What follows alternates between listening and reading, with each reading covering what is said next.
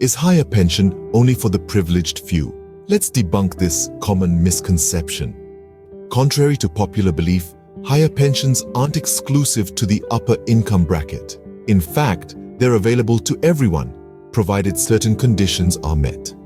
It's all about meeting the requirements set out by the Employment Provident Fund Scheme. So, it's not about how much you earn, but rather how you manage your contributions and meet the necessary criteria. Now that we've cleared that up, let's dive into some frequently asked questions about higher pensions. The most common question we get is about the proof required for joint option under Para 26(6) of the EPF Scheme 1952. Well, there are several forms of evidence that can serve as proof. Firstly, the permission under Para 26(6) uploaded by the applicant at the time of submission can be used. If that's not available, then a few things can be verified by the field offices. They can confirm if the employer's share of PF contribution has been remitted on the employee's pay exceeding the prevalent statutory wage ceiling.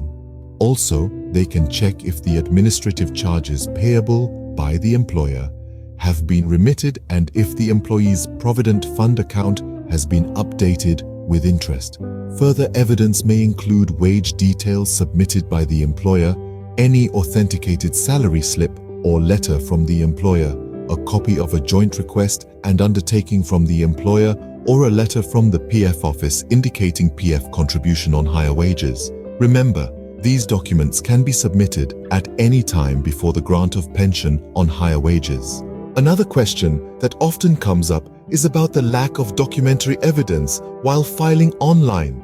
Application for validation of option, joint options. It's understandable that, in the rush to submit, you might forget to attach some documents. But here's the good news. Your application cannot be rejected on this ground.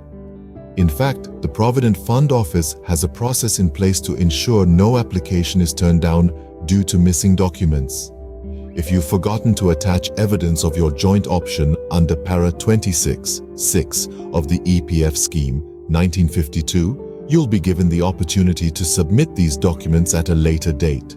This could be at the time of final claim settlement through your last employer, or any time before the grant of pension on higher wages. The key takeaway here is that it's never too late to submit the necessary documents. So don't worry if you've forgotten to attach some documents. You can always submit them later.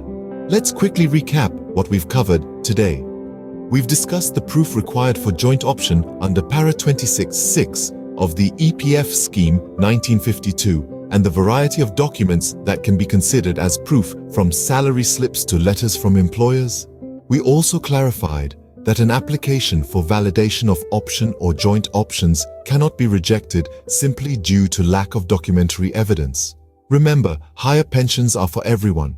All you need is to meet the conditions and provide the necessary documents. Thanks for watching.